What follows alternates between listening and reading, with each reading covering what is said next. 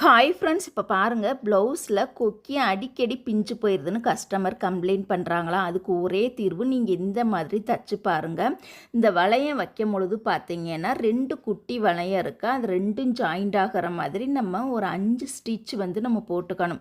இந்த கார்னரில் ஒரு 2 ஸ்டிச், அந்த கார்னரில் ஒரு 2 ஸ்டிச், மொத்தம் பார்த்தீங்கன்னா 9 ஸ்டிச் நம்ம போட்டுட்டோம் அப்படின்னா வளையம் ஸ்ட்ராங்காக இருக்கும். அடிக்கடி நம்ம வந்து போட்டு போட்டு வாஷ் பண்ணால் நம்மளுக்கு வந்து கொக்கி பிய்யவே செய்யாது, நல்லாயிருக்கும். கொக்கியில் பார்த்தீங்கன்னா 2 குட்டி வளையம் இருக்குது. அந்த வளையம் ஃபுல்லாகவே நம்ம வந்து கம்ப்ளீட் பண்ணி தைக்கணும்.